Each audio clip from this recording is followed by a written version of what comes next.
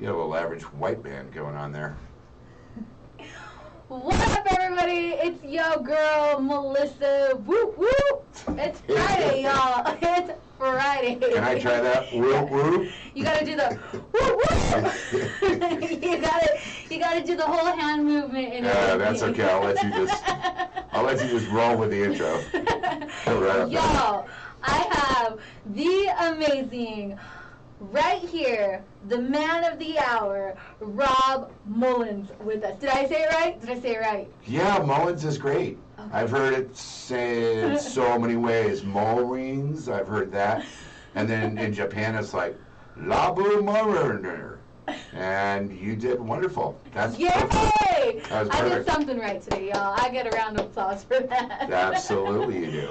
So how are you today? I'm actually doing great. I mean, I came back into Denver after being in LA through all this insanity this last couple of months. Yes. And, you know, of course, I got the invitation from you to do your show over Facebook, so I had to hop in my car and drive directly to the station. Yes, yes. And I took my opportunity, guys. I was like, I'm going in. Yeah, she basically was just like sending me these little messages, and I looked at her picture and I was like, how am I going to say no to doing this show? I mean, and plus I have a new single coming out tomorrow, so we're tying it all together. Yes, yes. So, you know, he was like, I'm going to play this little song for you. I was like, okay. So, for our viewers who might not know you, because Ignite is, I want to say Ignite is still kind of fairly new. So, for our Ignite I have viewers, a story about this. Oh, too. Ignite. I have a story about this too, because, you know, basically I live in Venice Beach in California. Yes. And it's a lot of people that like to just, you know, do this a lot. Yeah. So when you hit me up and said, hey, why don't you come do the show and promote, I said, cool. So I'm hanging out with my friends, and I said, I just got this invitation from this DJ, hostess, like VJ girl in Denver to do her show. They said, what's the show called? And I said, it's called Ignite with Melissa. And they're like, Ignite? I realize it's a show about weed? Cool. We're going to watch. And I was like, no, it's not about weed. It's definitely not about weed. Not today. No. So, but yeah, I watched a couple episodes of different things, and you've got all kinds of cool guests on there, and it's really nice to meet you and yes, get a I'm so chance excited to meet you. dive in. How long have you been doing your show? So actually, I will be coming up on a year. My year anniversary is coming up, y'all. All right. Does that get another hand move? The whoop yes. thing? Woo woo. Well, I could do the sideways. Woo woo. Okay. Woo woo. Alrighty then, as Jim Carrey would say.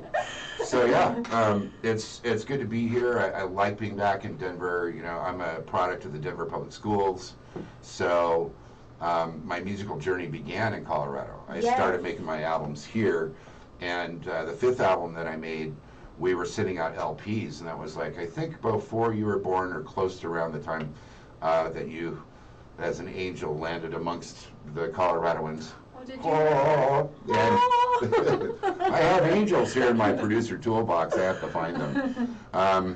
But it's one of those things where I didn't really expect what was going to happen to my life, because we were just packing up LPs, you know, 12-inch LPs.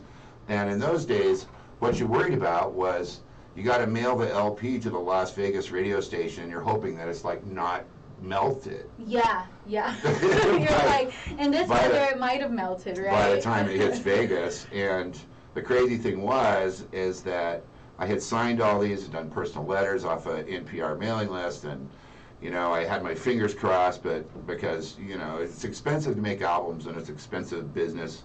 And then I get this phone call from this friend of mine named Michael Etheridge, and he goes, Rob, I'm at the Grammys, and they just announced your song, Making Love, as nominated for Best Instrumental Composition. And I'm like, and this guy's a practical joker. And I'm like, no, you're messing with me. He goes, no, man, I'm here. I can't believe it. And then I'm thinking to myself, how did my album make it through all of those places? It's like a journey that you start out, right? When you just, but music has that ability to find its way around into the right hands. Yes. Somehow, so I said, okay, great. And he brought me the program, you know, and I looked at it and I was just stunned because I wasn't part of the Recording Academy. I was still a Denver club piano player at that time, and I thought, you know, this is really going to help. Yeah. Because once you get that distinction of being Grammy nominated, it just puts you in this place with all these other people, you know. So it's pretty cool how all that came together, and now this new single I'm putting out tomorrow is album 39. Okay. 39 albums. Nice. So I've been doing it a while. Yes, that's amazing. Been doing it a while. That's so awesome. And so that's how your journey got started, was through Denver Public Schools. Yeah, the DPS had, you know, a real variety in those days of the styles of music teachers. Like, did you like your high school teachers, or did you have a favorite? And then there was those ones where you're just like, oh no, not that one. I had my favorite. Right. Yeah, and they moved me out of Kennedy High School through this busing program where I hated that band director because he hated jazz music. Oh. And, you know, don't be hating on jazz. I mean, be open-minded, right? And they moved me to Lincoln High, which was a whole lot different of a vibe, you know, Federal and Evans, and it was much more of like a hodgepodge and a melting pot. And that band director was the guy that created all these things. They started a citywide jazz band. I would take these little charts that I wrote and stuff into the class, and after class he would go, oh, that's a C13 plus 11 chord going to F minor 11. And I go, oh, thank you, Mr. Fred, right? And we toured all over the place. Yeah. Like 16, 17, we were playing in Vegas, we were playing the Mobile, Alabama Jazz Festival, and we were just, and this was all sponsored through the schools, like the parents didn't have to come up with. Oh, that's nice. You know, yeah, because you know, right, if your kid turns 12 and you're doing soccer, it's like, oh, that'll be $11,000.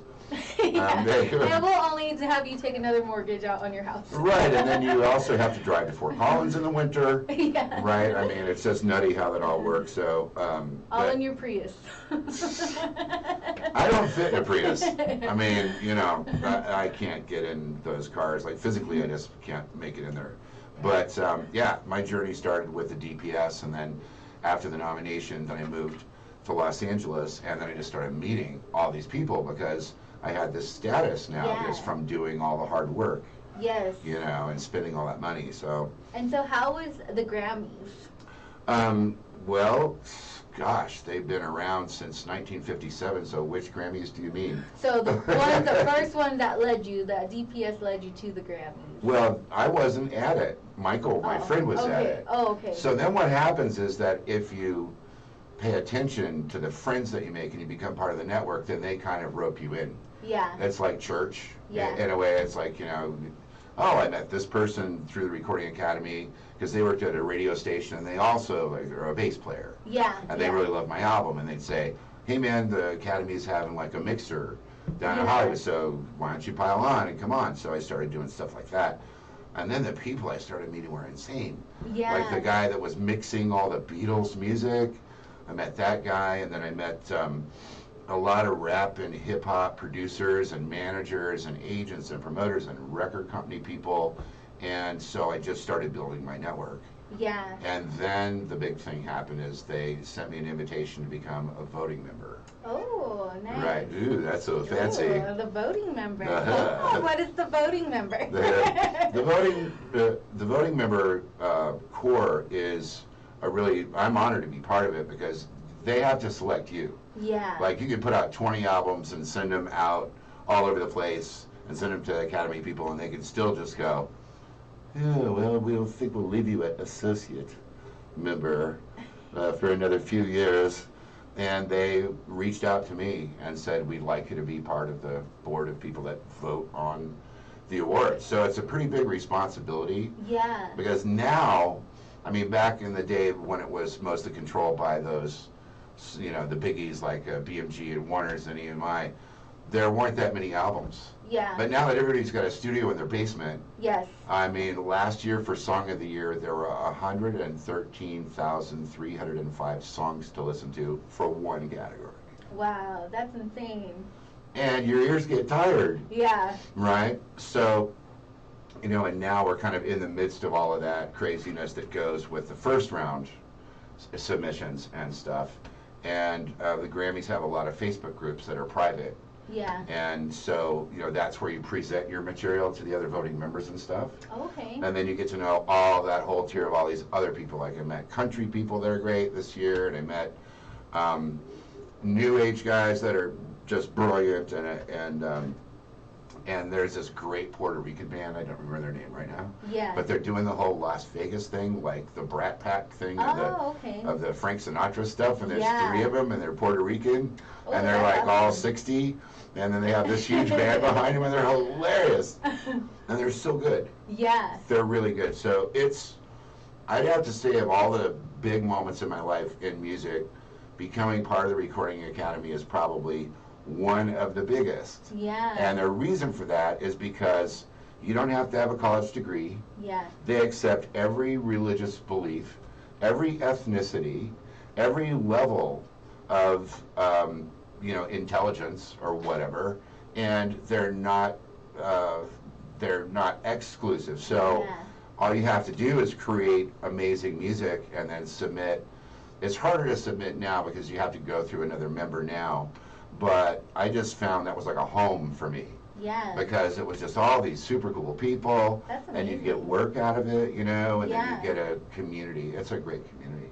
Yes, and we love community. I'm always talking about community. Well, you're the kind of girl that, you probably already are ready to go out and hang out in a giant community right now. Because you've been in here for 15 minutes. You seem like a really sociable type of person, I'm sociable, but I'm like introvert, extrovert, combined together. I think you could be both, right? Because there's some days that I'm just like, I just want to go home and do nothing. And then there's other days that I'm like, oh, hey, let's go. Right, well, it took me this long in my sound effects library to find this, because we were talking earlier on about the day that you as an angel came down here, but... Yes, oh, here, hold on. Turn it up. I'm going to turn it up. Y'all ready for this?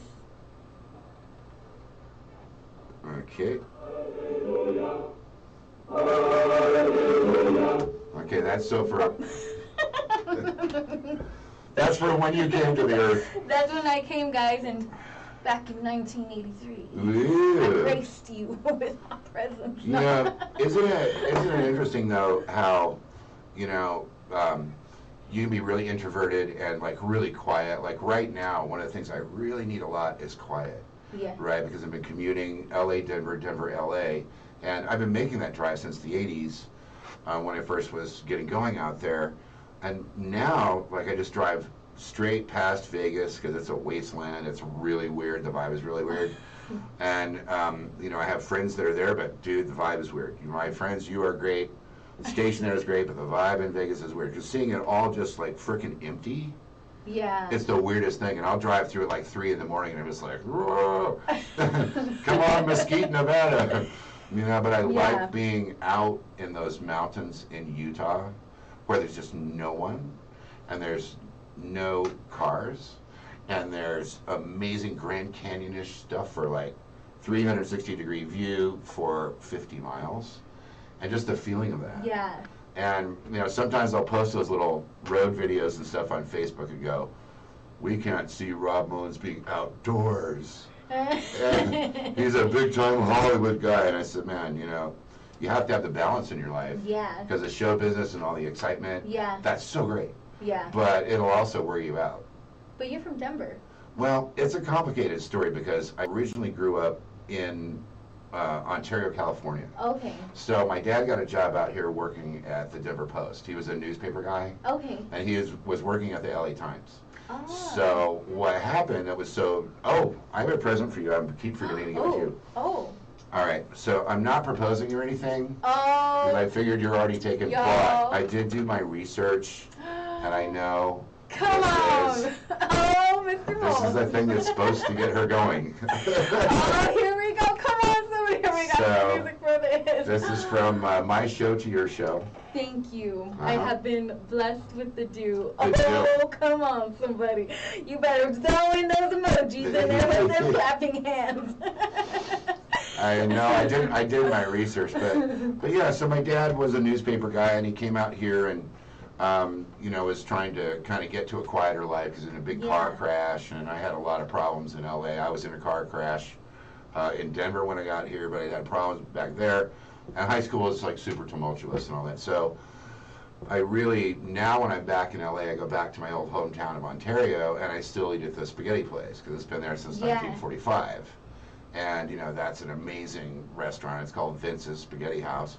Ooh. And, you know, for me, when I travel, it's all about the food. I don't know, is it like that for you? Yes. High five, dude. Yes. It's all about the food. I know. Ontario, I've been there. Yep. Really nice. It's nice. And every time I go, I'm like, Marie Callender's, I have to hit the Marie Callender's restaurant. Is yes. And like the big pot pies. I know, man. That's the one. Pot pies. They got it figured out. Yeah. And, yeah, and, you know, so I'll be like, okay, now what am I going to do? Somebody will say, are you driving Los Angeles to Denver? And I go, no, I'm going Vince's Spaghetti to Las Delicias. Yes!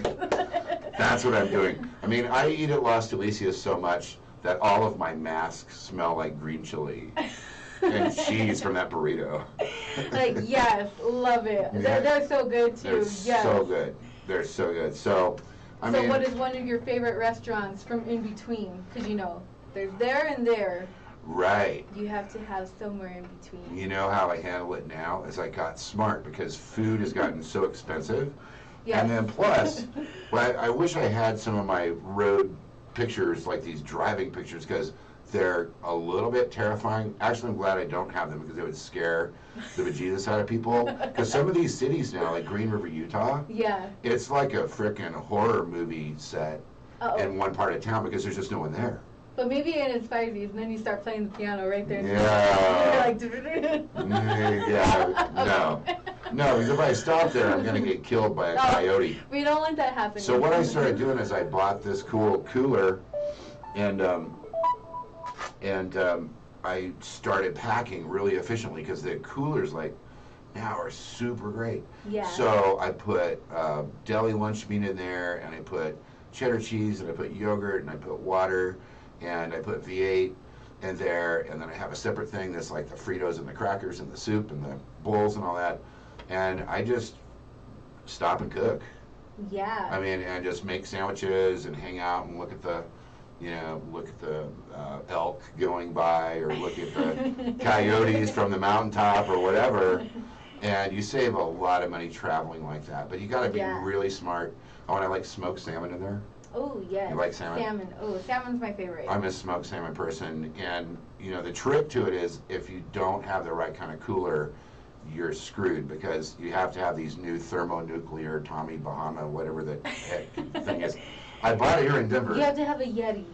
Yeah, it's like, that's the good like one, right? Yeah, but this is the copy of the best of the Yetis, and it's only $29. Oh, okay. Yeah, and it's at this outdoorsy place down at University, which name I can't remember, but man, this cooler, like, I had deviled eggs in there. Oh. And they lasted 6 days in a cooler. In 100-degree everything. I mean, it lasted 6 days. That means that's a good cooler. That's a really good cooler. So shout out to the coolers out shout there. out to the cooler people. Give them a whoop whoop. See, I'm gonna be on Rob's next single. You know, when that little piano, woo woo, and then it'll just keep going. Well, I thought it would be actually what I was trying to talk to you about a couple of weeks ago. One night is that, see, because of the COVID thing, I recorded a lot of music, and my whole year of all my gigs was all canceled. I basically just lost all of my money. And it's not been easy. It's not been easy for me, not easy for my band, not easy for my friends, but I'm sitting on this mountain of, like, amazing music. Yes. So, like, I'm putting out this single. Is the Beethoven one there yet? Oh, good job, Henry. We got the slides rolling. That's nice. Yes. But, so I'm putting out this Beethoven thing, but I have another one that's a cha-cha. Oh. And then every time I would play it, then you would pop up on my Facebook somehow, and I'd be like, I need to get this girl to do the cover. Oh, you know? I will be there. He gave me a gift, y'all. Of course I'm going to be there. I'd be there regardless, but now I'm really there. All right, cool. You heard it here first. He can't go back on his word. No, well, I mean. And then I might even, when I pop up on the cover, you know, somehow I'll have that sound effect where I could be like, or I might have to do the, you know, since we got the cha-cha in there. Yeah, well, you know what's so crazy about it is that when you stop being a visual person, Yeah. and it's really hard to be a man and stop being a visual person looking at you because you're so pretty, you Well, know. thank you. But I have plexiglass, so I'm gonna go get that right now. No, I'm just kidding. Just kidding. Hold on. But musicians and producers are really kind of born in a different orientation to the world. Yeah. We're born with this audio, with this orientation. Our orientation is sound. So if there's like a cricket 60 feet away at night, I can go, okay, that cricket is about 60 feet to the east and it's about 6 feet south, and the note that it's playing is between an A flat on the high leg and a G. And that's keeps me up all night because I have that kind of a brain. You know, Yeah. I can listen to an airplane fly over and I can tell you what chord that is. Ah. And it has the Doppler effect at the end. Yeah. So with audio, you're in a completely different orientation to the world. And I think the people that do really well in music are really audio oriented instead of visual. But the visual thing is so much bigger in music now than it ever used to be. Yeah. Because there was a song back when, back in the day called "Video Killed the Radio Star," and I saw your show on One Hit Wonders too. Oh yeah, the one hit wonders, y'all. Come on. That was pretty good, man. But yeah, audio has always been something that I like working in. And I've got a lot of audio built up here, so I'm going to be releasing different singles instead of the full albums because of the whole virus problem. Yeah. And well, how has that impacted you? Because I know you work here and then you work at another place too. Like. Yeah, we keep the other workplace discretionary, because we don't want no psychos. Right, but isn't it weird having to wear a mask all the time? At first it was a little hard, but I don't know. I'm one who adapts easily, so things don't really bother me as much. So I think it's everyone's perspective. Like, I think you just have to have a different outlook on things. Right. Because I think if you dwell, like, on the negative, of course you're going to keep thinking negative thoughts and negative things. Sure. And, of course, like, none of us want to wear it. I don't want to wear it, but it's like, just wear it and get it over with, and it's like you can sit there and keep dwelling on something that you can never change. You can't change for right now. So why dwell on that and just move forward and live a happy, peaceful. Don't let it ruin your peace. Don't let it take your peace. Yeah, see, that's, I think both of us really have that outlook in common. Yeah. Because when everything started to fall apart, which was like around in March or so, then what got to be really weird for me is that I had all these people calling me as like, I'm the guy that's going to fix their problem. I'm going to know how to quell the virus. I'm going to know how to get them a job when their studio is shut down. I'll know where they can move to if they need a new place to live. I really got flooded by all this stuff, and I didn't know what to do because being a musician, you're in survival mode your whole life. Yeah. Because it's like this, Yeah. It's this kind of thing. Like, you're a millionaire, then you're homeless, then you're a millionaire, then you're homeless again, then you make money, then the financial crash kills you in 2008, and then now you go all the way to the top, and then it's, the virus, and then the looting. So when these people would reach out to me, and I know a lot, I know like 100,000 people personally now, Yeah. because I've been doing this a long time, is I just found it so interesting that some people would come to me with this attitude of, my life is screwed, it's the end times, everything's done, I'm going to kill myself, I'm just going to drink until every night until I'm dead. I would have those calls. Yeah. And, I just finished teaching 4 hours of Zoom online and I'm kind of tired. Can you call someone else and tell them that you want to die? Because how am I supposed to fix that? But it's the orientation, I think, of people during a crisis that makes the difference. It's like a crisis comes where you have to make that choice. Make the choice that you're going to be happy. Make the choice that you're going to get through it. Have some faith in yourself and just be smart about it and keep on moving. Because when people get stopped, that's really bad. Yeah. When they're not in motion. Yeah. That part, And two, and isolation is just really bad. I think for most of the world right now, if you correct me if I'm wrong, but isolation is bad. Like, you don't want to keep so isolated so much, and I think sometimes, like, as artists, like, creative artist, it's hard to Oh yeah. get out of your isolation because you're so used to being like around everyone, then coming to like there, and then you don't know how to be creatively outlet. Well, some people don't have a creative outlet, so then they start thinking like all these thoughts. And well, like, people wig out, yeah. and you know the ones that I noticed were the ones that wigged out the most about it were the ones that didn't have multiple income streams. Like the ones that all they did is play drums at such and such. Yeah. Or, you know, all they did is teach at piano store #1 or whatever. And, you know, I've had to just do all kinds of music related stuff. Like I have a music publishing company I started in high school that, you know, publishes my songs. And then I'm a studio producer. I do recording sessions. I'm a book author. Yeah. I write educational books. And I teach over Zoom. And, I have all of these different kinds of income streams. So for me, it was like, okay, all the live gigs are going to go away. But I had already been teaching using Skype for 9 years. Yeah. And I had even been trying to get California schools to move to that, and they wouldn't. Yeah. And I was like, you guys are going to save yourselves a lot of problems if you move to these new technologies, and they wouldn't do it. And now they have no choice. Yeah. You know, they could have followed my advice and, you know, save themselves a lot of headaches. Yeah. Because when you get people together, it's really great. But in today's climate, you get people together and it can really go bad. Because, you know, oh, well, this person doesn't like this person, so now there's a lawsuit, and then, you know, nobody's masked up, and you tried to this and you tried to that, and it's like, it's a mess. So in a way, the internet, for me, is more comfortable than live interaction, because I've just been doing it since the internet was invented. In some ways, I prefer it. And he likes it because he can end all meeting at one time. That's right. I have control of the red button.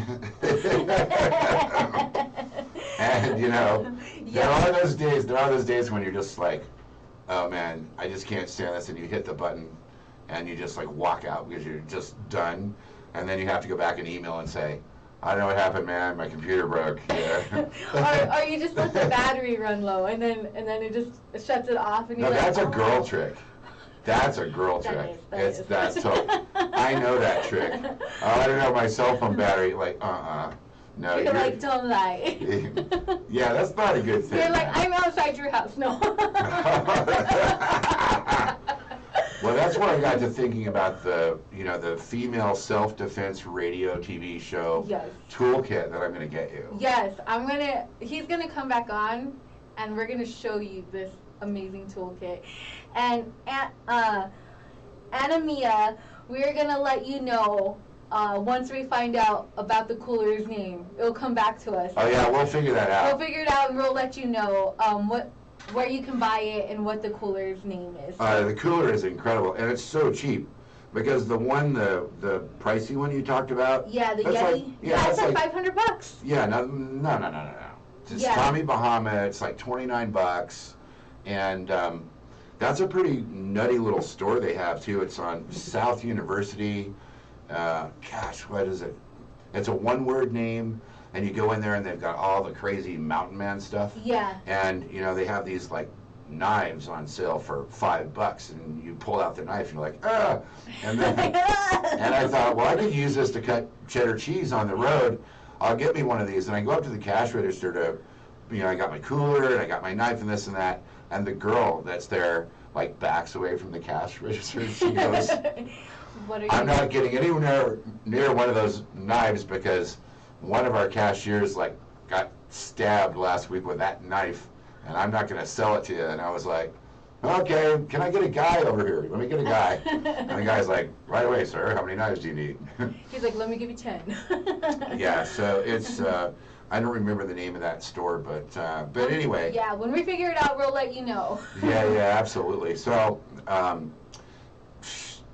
So, yes, let us know about your whole computer producing. You got all the whole new shebang on here. Yeah, I was going to show you because I noticed from time to time you're kind of like singing along with some of the rappy hip-hop people that come in. I try. You know, so I've got... Yo, girl. I picked up a... Drop the beat, Rob. Yeah. All right, there we go. You might have a ways to go. I got a long ways to go, but you know, at least I'm out there trying. Come on. Right, exactly. I mean, that's a big part of it, is that you have to be willing to put yourself out there. And, you know, that's another part of the whole recording artist thing, is that it's like, well, you know, you can sit at home and just go, and the excuses of the people that, you know, they own like 50 drum sets, Yeah. but they haven't ever put out one beat. Yes. And but they're going to go to the Guitar Center and they're going to buy the 51st drum set, and then they're going to blame the drum set. Yeah. See, at least you're like, cool, man, I'm going to give it a shot. I'm like, you know what? You get what you get. Your girl right here, Slick Bliss, dropping with the beat with Rob today. Yeah, and I have this one called Break Box here, and for some reason I'm just batting zero pulling these things up here, but there's one. Oh. Just kind of turn it up and leave it up a minute. Here we go. Here we go. Can you hear it?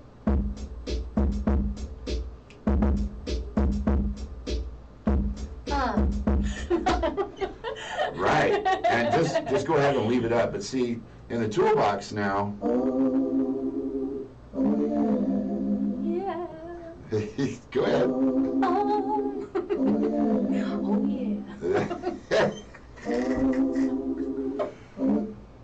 Oh yeah. Oh. Hey, yeah. Well, hey, how are you? Hey, yeah. Okay, I know with my Mountain Dew. You holler at me. Uh-huh. This is Carla, by the way. Come on, Carla, sing, girl.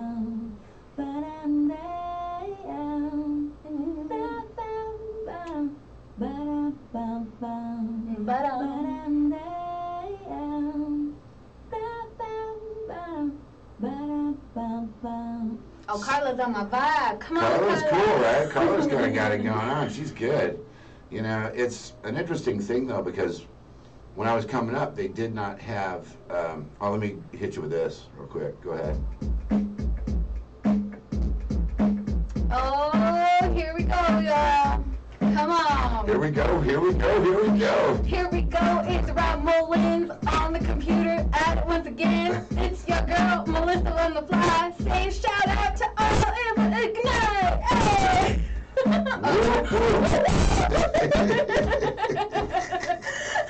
on, Rob. All right. You ready to sign me? No. Well, the fun thing about it, Melissa, is that now the technology is incredible. Obviously, I have these amazing, like everything's in tune and everything's recorded perfect, and I can pull it all up on a screen, and I don't have to, you know, stand outside the Denver Symphony Hall going, please, orchestra, record one C major chord for me, Yeah. and I'll give you $20,000. Like, all that's already happened, and all these different, you know, ethnicities and styles, it's all right here in the box. So, you know, as an audio person, I'm always thrilled to go to work. Yeah. It was like, oh my God, what am I going to do today? I mean, this is just going to be great. And the trick to being a producer, though, is knowing how to combine all these elements. Yeah. Because, you know, if you don't have the right, it's like being a chef. So if you're trying to make green chili and pork sauce, you're not putting any Chef Boyardee in there. Mm-mm. No, and you know, if you're trying to make like And no one will be swiping right. I think we should do a single on you and just call I Swiped You Left. Time after time. To the left. To the left. To the left. We're never going to the right. One back, one turn. Two ups. Yeah, you know, it's just fun. I mean, one of the people on my show, and I should tell people about my show that I just started. Yes, let us know. It's called the Planet Mullins Podcast, and here's our theme song. Oh, let me turn it back on. Here we go. It's because we get that feedback. Go right, then go left. First go right, then go left. First go right, then go left. And that was a joke, you guys. That's not really our theme song. It is. He's like, all right, bring it on. That's just a square dancing guy. But my show is called Planet Mullins Podcast. It's a YouTube show. And as part of the whole COVID thing, a lot of these people who are calling me were, saying, hey, man, I lost my whole touring. My world tours are all gone. I'm sitting here at home. I'm, not happy. I'm going batty and stuff. And I just thought, well, here's how I could help people is I could just start my own show. Yeah. And I just call all these frickin' multi-platinum Grammy people that I know. Yeah. And just interview them over Zoom because they don't have to be at their house. Yeah. Or anywhere. And I started doing these shows, and man, people have been responding so great to it. And some of the studios and musicians that I've featured are starting to get work. Oh, nice. As a result yeah. of being on the show. That's awesome. So, that's kind of a thing that has worked out really fun for me because I learn all this about these amazing producers. Like Preston Glass is going to be on September 17th. Oh. And he was When are your shows? On Thursdays? They're on Thursdays or Fridays. Thursdays or Fridays, okay. Right. And Preston works with everybody, man. George Benson and Whitney Houston was like a really good friend. He discovered Kenny G. Nice. Back in the day, and he's worked with, Angela Bofill and just this huge list of R&B people. Yeah. And that was one of those people that I met early on in LA, and he's had me in his phone book, his Rolodex ever since. That's awesome. We just 2 weeks ago recorded this new sax player from Arizona, and we've been doing sessions. Now we have to do it all remote now. Yeah. Yeah. And that's what I miss. The group thing that I miss was the recording sessions because everybody's back from a world tour. Yeah. And you're all in Hollywood, and you got the finest engineers, and they're bringing in deli sandwiches, and you're like, yeah, man, I was, Switzerland. Oh, that's cool. What are we doing today? Yeah. We're doing R&B with Preston Glass. Cool. And now it takes longer. Yeah. Because we're all having to do it one at a time, separate, and we don't get like those free deli trays. Yeah, see, you guys are messing up on the deli trays. Come on. Man, I love having the deli trays at a classy place. Yeah. If you get somewhere like Fargo, North Dakota, and you're playing at the Holiday Inn Lounge, that deli tray is kind of sad. And that's where your Tommy Bahama cooler comes in. That's where your cooler comes in. Absolutely. So yeah, it's called Planet Mullins Podcast. The address is youtube.com/Planet Mullins. And there's 8 shows up there now. Yeah. And I just started it like 3 weeks ago, and it's really going great. Awesome. And so speaking of people that you've worked with, Bruce Willis. Let us know about the whole Bruce Willis. Wow. Well, how much time do we have left in the show? We can't. We could fill 2 hours with Bruce because I think that this is just my opinion, and I'm not really associated with him now. This was like back during when he and Demi were having the split time. Yeah. But it's interesting because did you ever hear of Planet Hollywood? Yes. Okay, so Planet Hollywood was started by Bruce Willis, Sylvester Stallone, and Arnold Schwarzenegger, and that was their worldwide promotion thing.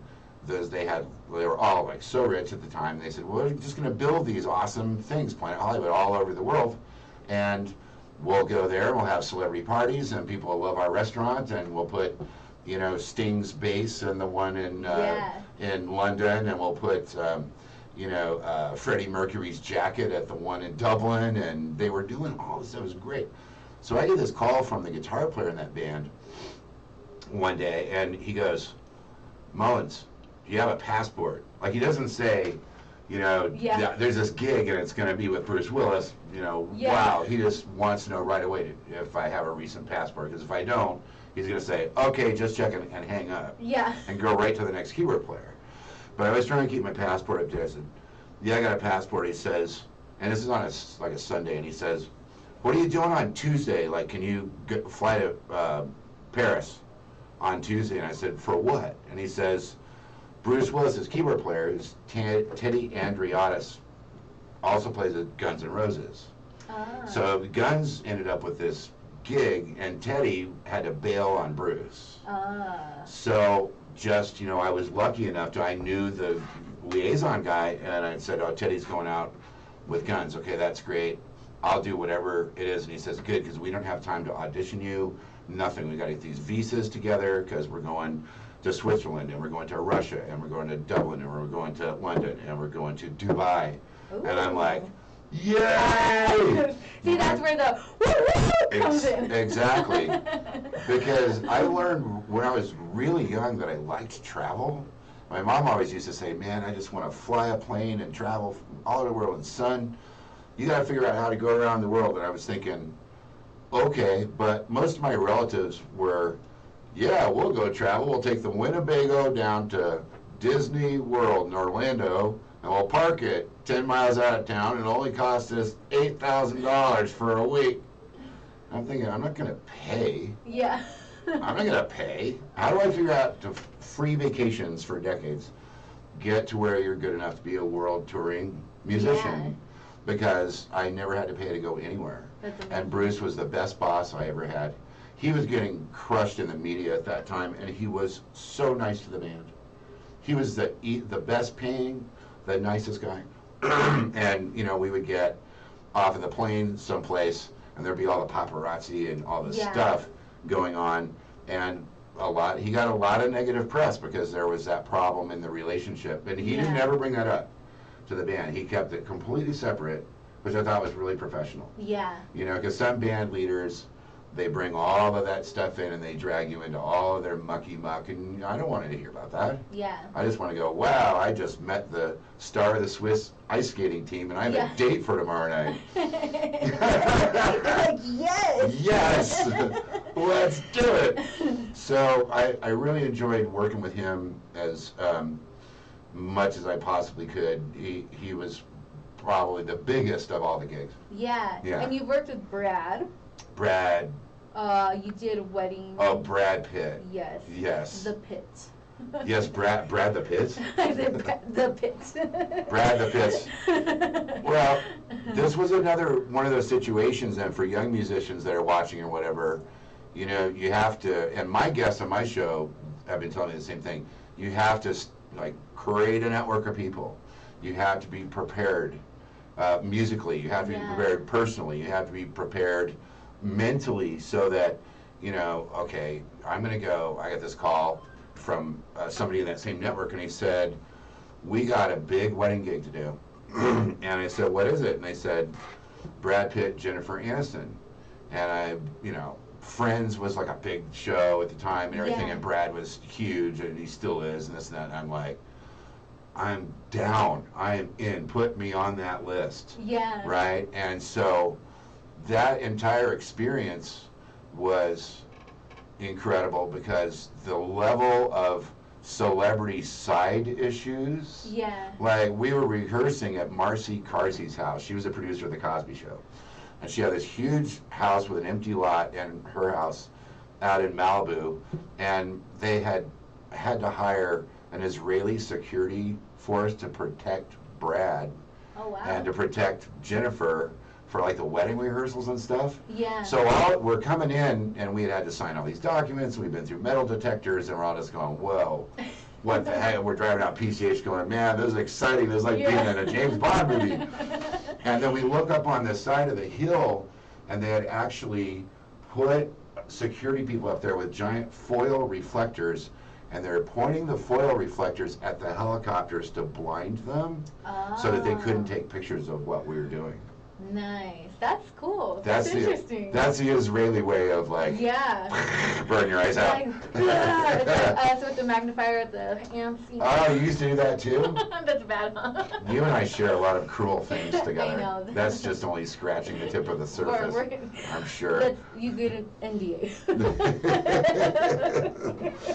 So yeah, I mean, that was incredible. The Gypsy Kings were also on that. And Melissa Etheridge was a friend of theirs. That's so awesome. she was on that. And Jennifer Aniston is Greek, and her whole family is Greek, and they brought the whole family from Greece. Yeah. So we had about a 90-minute break, and it was a 7-hour-long gig. We played music for 7 hours. Crazy. We had a 90-minute break in the middle where all the Greek people came out on the dance floor, and the Gypsy Kings just played gypsy Greek stuff. And we're sitting in the back, and I'm going, oh my God, I just met Elizabeth Shue. Oh my God, I just met Courtney Cox. Oh my God, I just met David Schwimmer. Oh my God, I just met Brad Pitt. Wow. And, you know, that was that was all great until Yeah. until the end. And you know what the end was? What happened? Divorce. Oh. So then I couldn't get a wedding gig after that. Oh, you played for Brad Pitt, and that didn't work out. See, it was the pit. It was the Pitts. See, I told you. No more wedding gigs for me for a while, but now I hear they're getting back together somehow. So. I heard a rumor about that. Did you? Yes. Yeah. You know, but sometimes you never know because you hear from here to here.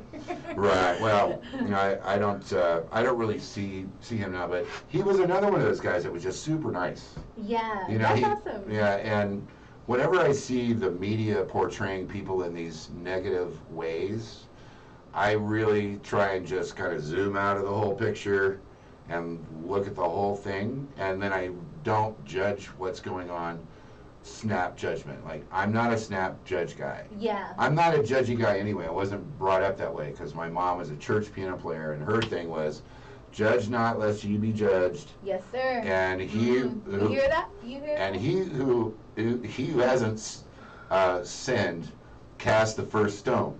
And that's the same thing with this like whole attitude that's going on the internet right now and all over the place with all the stuff that's happening. And I saw these negative things about lots of celebrities, and then I was fortunate that I could, talk to them or talk to their people or their manager or their family. And they're like, the media is just making all this junk up. Yeah. They just make it up. Yeah. And I don't think that's right. No. And that's the thing with media. It's so good, and then it's so bad. Like it could be really good and powerful, really bad and powerful. So you always get both worlds in there. Yeah. And, unfortunately. Well, it's like that. I mean, so how did you come into being in radio and TV and all that? Give me a chance to drink my drink. They did the same thing to me. I get the phone call like, hey, what are you doing today? You want to go to the Botanic Gardens? Oh, sure, okay. And then, like, well, how do I dress? What am I supposed to do? Oh, it's just something casual. I show up. Everyone's like, ready to like go to a wedding. Had to call them like, what am I really here for? Oh, you're there to interview the mayor and, his inauguration. Wow. And then you're there to record and interview Babyface. And I'm like, okay, so I'm told it's casual, right? I'm told it's something casual, so I'm just wearing jeans, a shirt, like, semi-nice, but I was just like I'm semi-nice right now. And I was just like, okay, cool. And then I show up and I'm like, it's a good thing I'm a church girl. Okay, all of y'all that know me personally know, I have like months of clothes in my car because I'm always going from one place to another. So I was like, oh, okay, Hefe. Had to go run to my car, change, put a dress on, put a blazer on, throw on my heels, and then walk back out. And then I'm like, I'm here. I'm ready. Yeah, isn't it interesting, right? Yeah. When those kinds of things happen. But I also, on the other side of it too, like you said, there's always both sides of the coin. The people who complain the most about nothing is coming their way are the ones that aren't networking, the ones that aren't happy people, the ones that aren't inspirational to others, the ones that are just kind of stuck in their little mental rut, just going, oh, poor me, this is horrible, this is, in country music they say my dog died, my truck died, my girlfriend left me. That's how that's how and country. do a little two-step.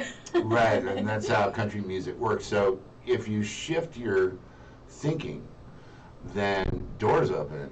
Yeah. Even during the COVID time. I mean, I used a lot of the time after the big panic happened in March, because I was in LA in March and it was just starting to really start. Yeah. And people were getting crazy. And as you know, I go back and forth, and I thought to myself, well, this is a health issue. So what could I do to make myself more resistant to the virus? Yeah. I could do what nobody's saying to do, which is start working out. Work Yeah. out. That raises your immune system. Yeah. And then it's good for you. Yeah. Well, then on that side, then you got the guy who says, I can't work out because you can't go to the gym. Well, just get some stuff at home and work out at home. Yeah. Don't let the fact that the gym's closed, now you have an excuse to gain 50 pounds and sit and eat, Hostess cupcakes all night watching television. And speaking of gaining pounds, he lost 30 pounds and he gave me the 30 pounds. So I'm just giving you a disclaimer right now. I'm looking over there and I don't see them. It's because your girl had it well. See, there's those two people like we talk about. I'm like, okay, I still gain weight, but I wear a bigger shirt. Y'all, Yeah. you can't tell. Hey, I got to make a quick announcement here because yeah. I did a bunch of texting earlier, letting my friends know and saying it's a call-in show, and now I have about 5 texts saying that I gave them a disconnected number. So I'm really sorry about that because I pulled it off of the internet and it said it was the number for the studio line at KUHS, and obviously it's not. So big apologies. Studio line number. Can we get it? I don't remember it by heart. Well, I've been looking at it here, and it's it's a number that seems to not be functioning. So. Or it might be because the phone's off. Maybe we didn't turn it on. Oh well, that happens too. Or you got the classic girl excuse. Oh, I don't know what happened. My phone battery. Well, here's my died. excuse. It's because this is an Apple. We're Ah. not Apple. You're getting tons of calls on Am I? Well, can we talk to anyone? you. Hello. Can you hear me now? Oh. She has the phone off. It's because. I'm so glad it's not on me, man. I am so glad it's not Look on at me. my phone though, y'all. That's okay. So I'm gonna let you know that this Apple doesn't work. Code 5341 Macintosh, Apple, Walmart does not work. Here, give it to Henry. Okay. So we have an update on the telephone. Our board op and our tech So what has come in, and he's taken the phone away from Melissa, so it will not be damaged any further. Y'all, because I was getting on my rap game. Rob was like dropping the beat. I was like, all right, I'm about to make my move right here. Sign me. So stay right there, everybody that's on the phone, because he just told us there's tons of calls coming in. I'm really sorry about that. We just got to yakking. Yeah, we did. So I apologize, my bad. But you know what? We're going to fix it for y'all. So we're going to get your phone calls in. But while we're getting that fixed, I wanted to ask you something really quick. Because we've had a slideshow running in the back. Yeah, what's going on with the slideshow? Some of the people asked, what is Moesha doing back there? Mo to the E to the... So let us know about Mo to the E to the. All right, okay, y'all. I'm giving you a disclaimer right now, though. Yeah, you got to plug it in. So while she's doing that, I'll tell you guys about my time on the Moesha show. It was another example of one of those things where, they say luck is when preparation meets opportunity. And it was kind of like that. I had been working for CBS television on one of their late night drama series. And I don't remember the name of it now, but because I was in that studio band, they had a Nickelodeon show, and then they had this new thing on UPN network that was just getting going called Moesha, which of course starred Brandy. And she was being produced by Harvey Mason Jr., and so these booking agency people and studio people said, hey, Rob, why don't you come help us? Because on Moesha, we've got a lot of music cues, because the show is about a singer. It's not just an acting show. The show is about a singer. And we're going to need a lot of music, probably 40 cues, 50 cues a week.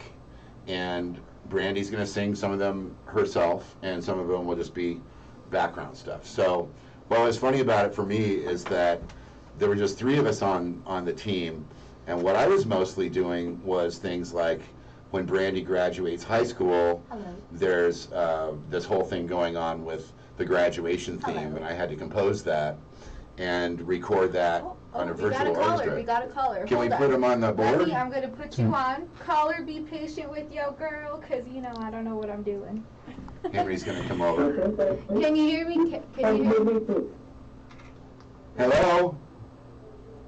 Hello? Hold on. We're getting there. We're getting the level set. Okay. Can you hear him? Yeah. Okay. Caller. I can hear you. We can hear you, caller. Who are you? Hello. Let us How's know it who you are. I'm Hey, it's Damon Day. What's up, Damon? What's going on, Rob? How you doing today? I'm just doing great, man. Thanks so much for tuning in to support my new single. It's been a fun time here with the lovely Melissa. And it's good to hear from you, man. Good to hear from you. What's going on with you? Oh, man, I'm down in the countryside. I'm in New Jersey right now. You know, I'm a trucker driver, so I'm working, baby. That's so great that you can, be a part of the show while you're in New Jersey. And I'm not much of a fan of New Jersey, I'll be honest. Come on, Jersey. Come on, Jersey, shout out there. Don't let him treat you like that, Jersey. I'm getting paid. That's what you got to do, especially in the COVID time. This is a great R&B singer, Damon Day. Damon Day, come on. Yeah, so Damon, you need to send some of your music out here to the station, and we'll get together and get some of that to Melissa so she can vibe on your tunes, man. Oh, man, that's great, man. That's beautiful, man. You know, I'm doing record right now. Okay, cool. Love it. All right, man. Thanks for calling in. We're going to move to the next caller, bro. Thanks. Okay, all right, thanks, man. All right, peace. Hey, bye, Melissa. Bye, and I'm going to have you come by sometime. Yeah, he's great. Damon is super cool. And he's actually featured on an album that I put out 2017 on iTunes, and then 2019 on, I put it out originally on CD, then I put it out in 2019 on iTunes, and it's a documentary about my friends in Venice Beach called Only in Venice, a documentary album. And Damon sings like really great on that. He's on the lead track, which is called Party All Night. Thank you And for we've calling done a lot of stuff KUHS. together. Who do I have on the phone with me?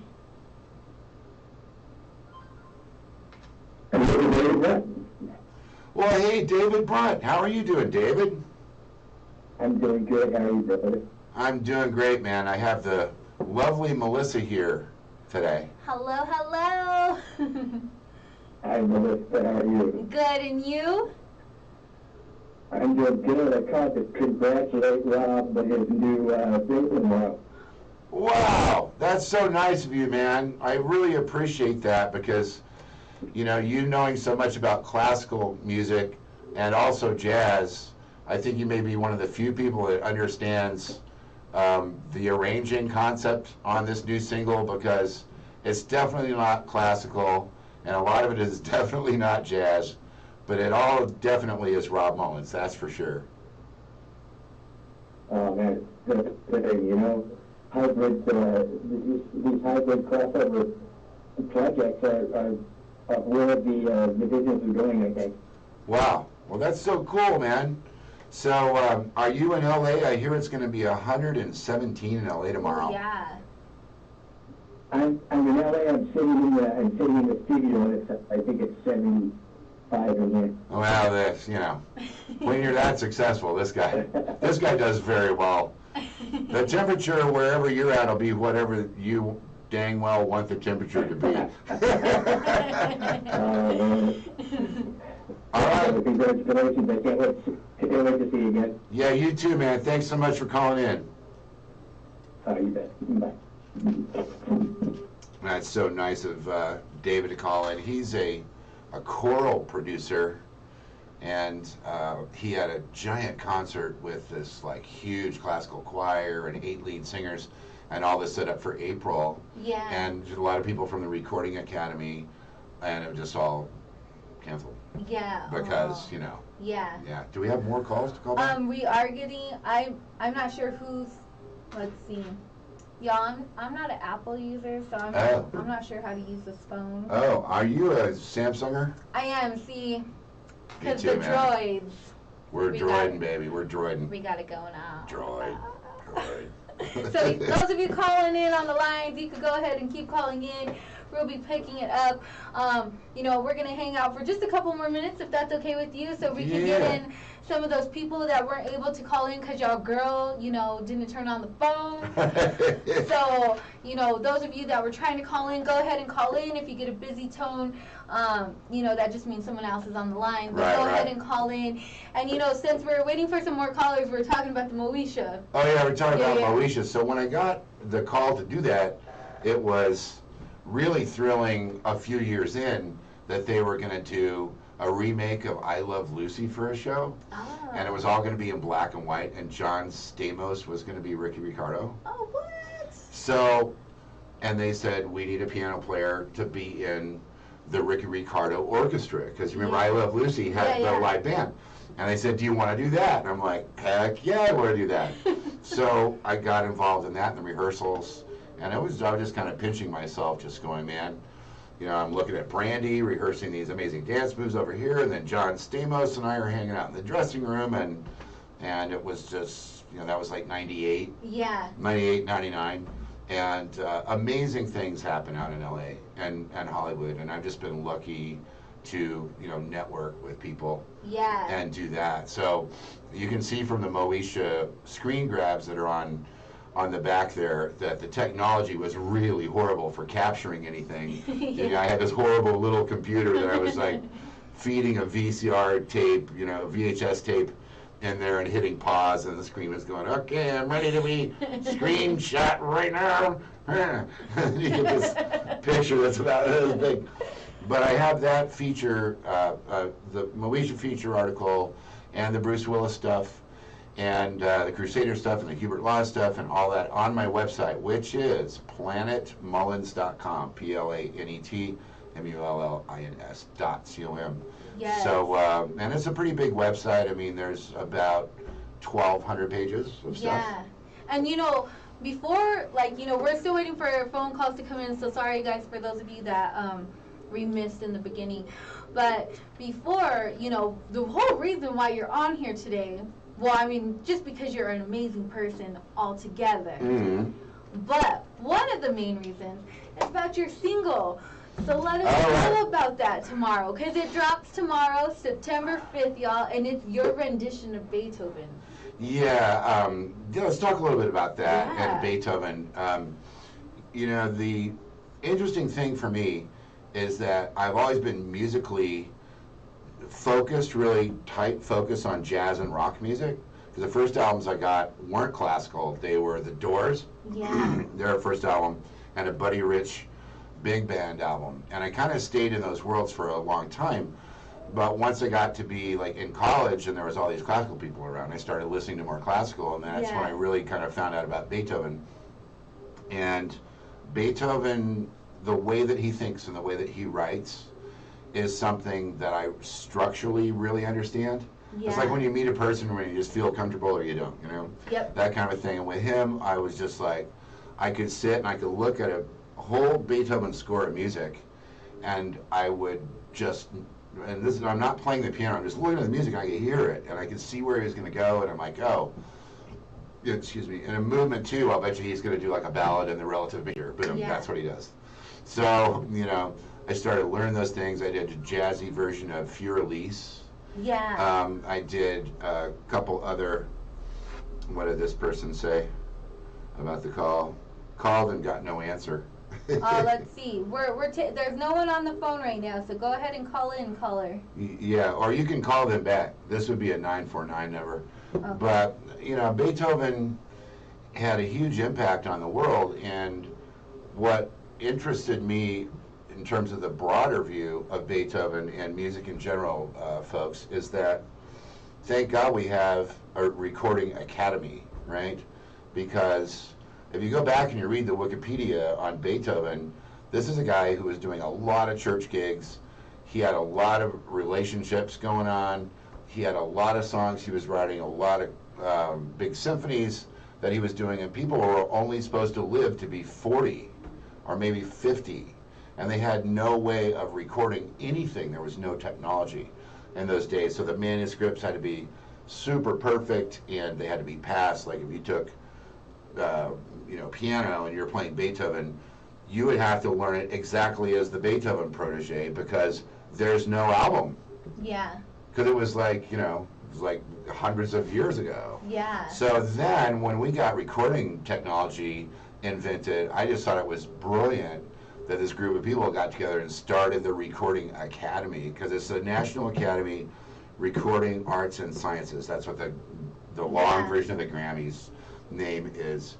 And you just think of where we'd be, folks, if there were no Grammys and there was no recording society. Where would we all be? Because now, if you're a new user and you log onto your frickin' phone and you go to Apple Music, there's 60 million high-quality songs there to listen to. 60 million, and for a month, you can listen to 60 million things for free. And these things cost hundreds of thousands of dollars and took hundreds of years to perfect and decades for the practicing and the microphones and all that.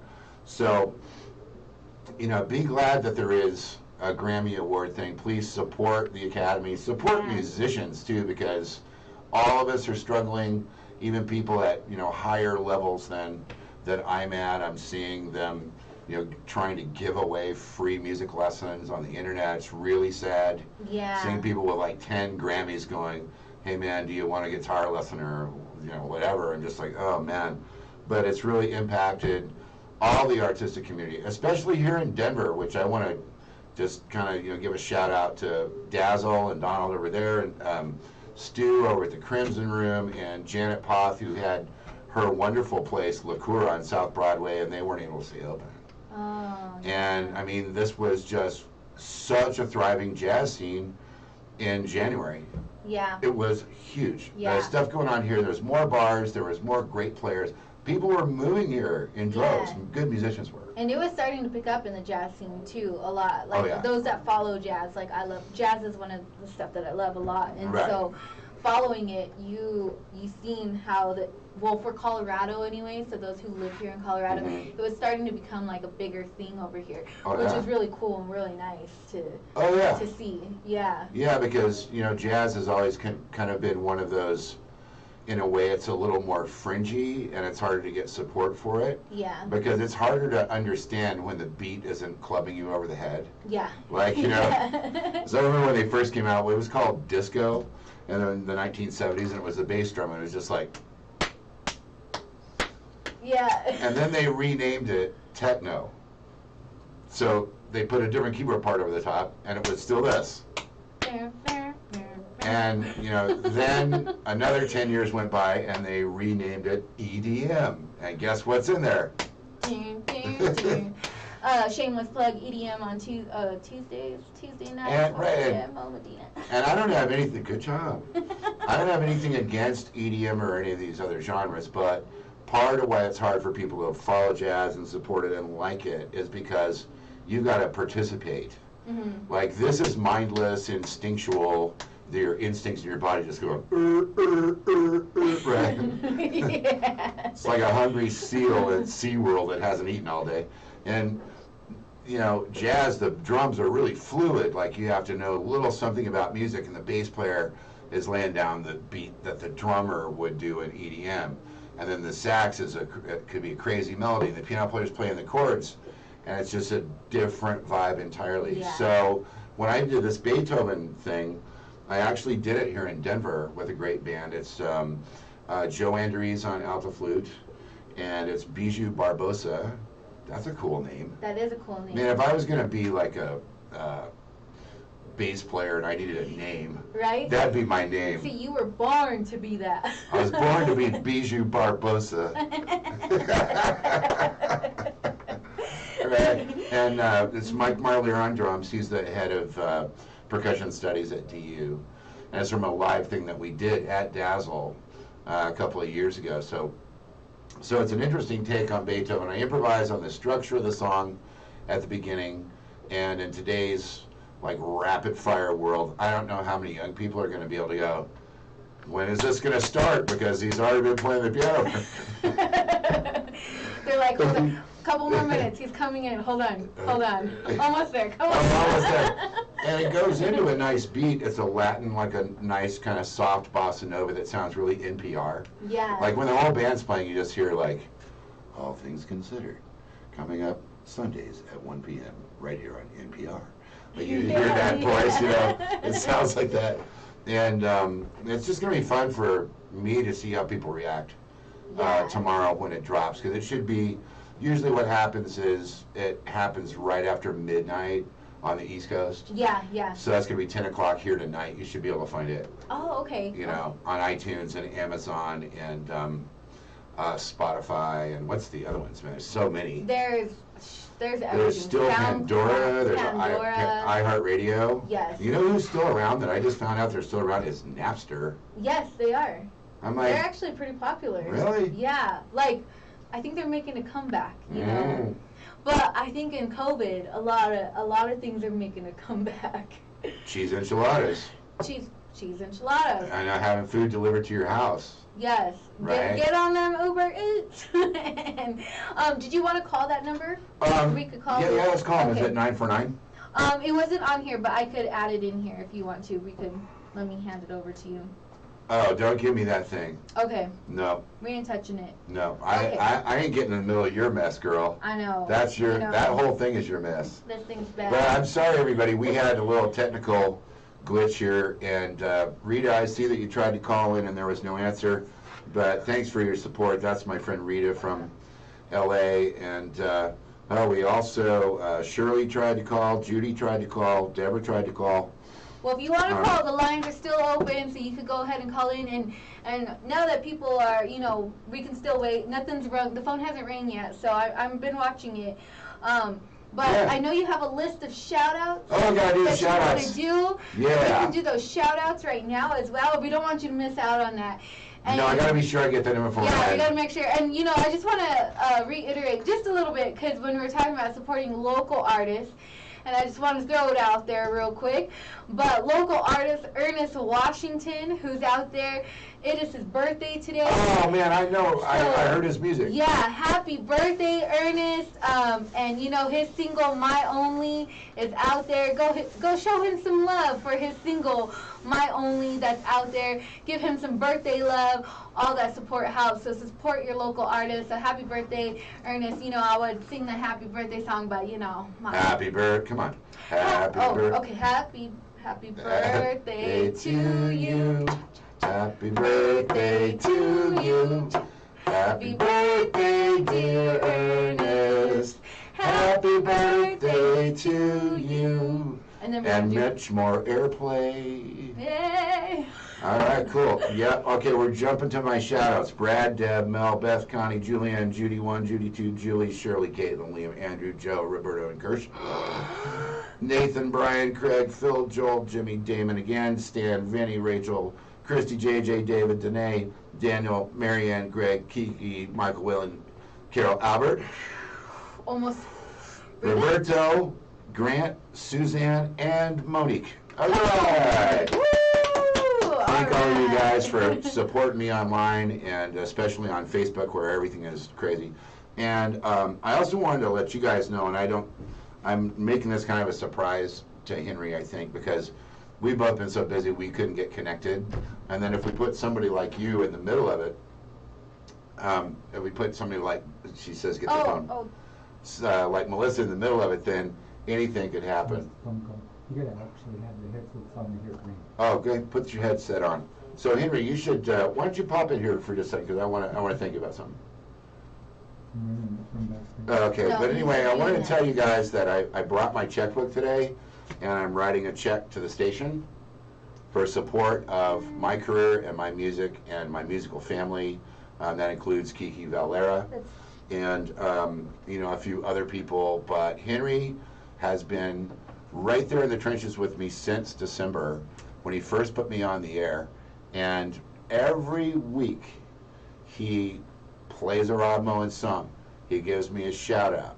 He shows me some love.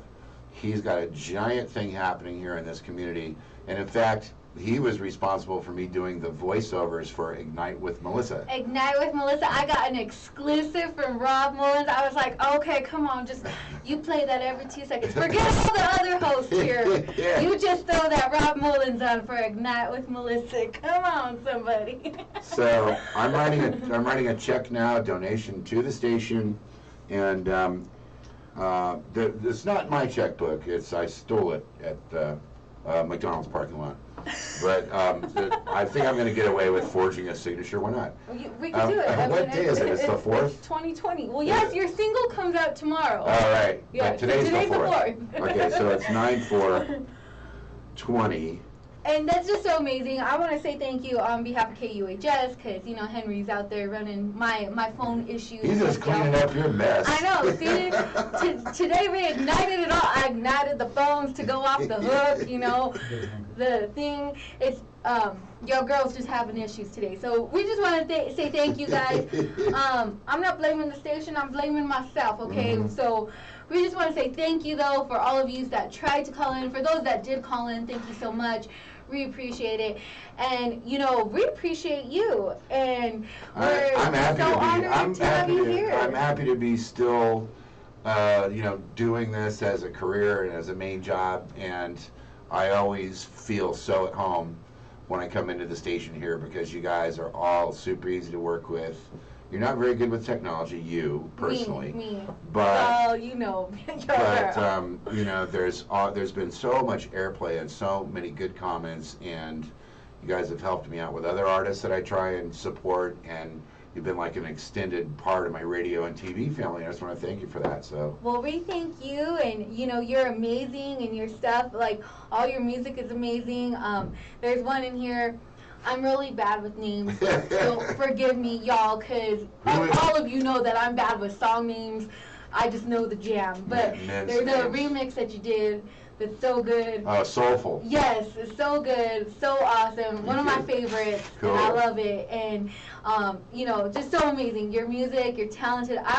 I love the piano, and so my brother, who just recently passed away, he was an amazing piano player. Wow. And so I was kind of jealous of him because I can play the piano, but not like him. Like, he just had those hands, like how you guys have your gifted hands, and you guys just move along. So I love piano. I've always loved, like, music growing up, classical music, the jazz music. It's great. Me and my sister hit all those shows when we can. So love what you do, and just so honored to have you on today. And y'all, he's so amazing. Yeah. Well, thanks for a fun show, and remember the single drops tomorrow. It's called Sonata Pathétique Movement 2, and it's under my Sonata Pathétique Movement 2. This is the pre-tequila speech, so, you know. And one other thing is that it's Lakers and the Rockets tonight, and go Nuggets. I know the Nuggets got beat. They got beat like last night in the opening game of their series with the LA Clippers, but I don't like the Clippers. You know, come on, Nugs. Yeah, we got come you, on, Nuggets. Nuggets. Let's go. We're rooting for you. I want those. I want those Lakers. I want to see the Lakers and the Nuggets. That would be cool. That would be awesome. That would be amazing. Yeah, that would be really good. So I got a date with a television screen at 7 o'clock tonight because that game's going to come on. Yes. And you know, congratulations on your show and everything about you. And you know, call me in a couple hours after you drank the rest of that Mountain Dew and let me know what gym you're at, what treadmill you're on. I'll be like, I'm in my car. My car gym. That's cool too. Well, sometimes I carry like a little dumbbell on the side in the passenger seat when I'm driving through Utah, and I'm like, 920 more miles to go, Wilbur. All right. Oh, set it down and take a picture. Yes. Yeah. Okay, cool, man. So, well, yes, thanks again. Thank you so much. And, you know, before you leave, before you head out, we're going to head out, guys. I know we're a little over time today, and so I thank you for being here. What is one thing, a piece of advice that was told to you that's always stuck with you, that you would want to share with our audience, that maybe it would inspire somebody and stick with them as well? Yeah, that's a thing that I always have a few responses for that, and I'll just use because some of them are like really serious and some of them are a little more comical or edgy, but I'd have to say a really good piece, this is a Midwestern piece of advice, which is avoid skunks, porcupines, and squid people. And as he looks at me. Do you have any idea what a squid person is? You know, the person who tries to take everything from you? The person that comes into the meeting where everything's happy and then they spray ink all over it and Yes. disrupt and destroy everything. Don't be around those people. You know we got some of them at work too. Come on. Right, everybody kind of does. And then, you know, I had a great mentor in Wilton Felder, who was saxophone player for the Crusaders. That was a big gig for me. And he kind of took me under his wing. And one thing that he told me is he said, whatever you do in music and your life, be sincere and be convincing. So if you don't know that song and you're going to get up there and play it, go practice it so that you can put it out, so that you can put it across confidently. Like, don't pretend. Yeah. Don't fake your emotions. Don't pretend your music. Be sincere and be convincing about it, and then people will respond. So there's a couple. So good. Yeah. Awesome. Well, thank you so much. All right. And yo man, Rob Mullins signing out with yo girl Melissa.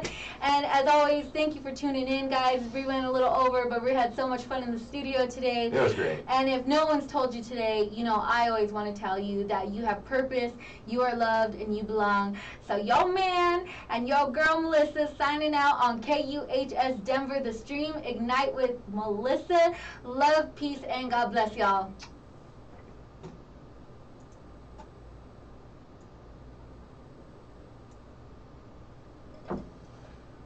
Beautiful.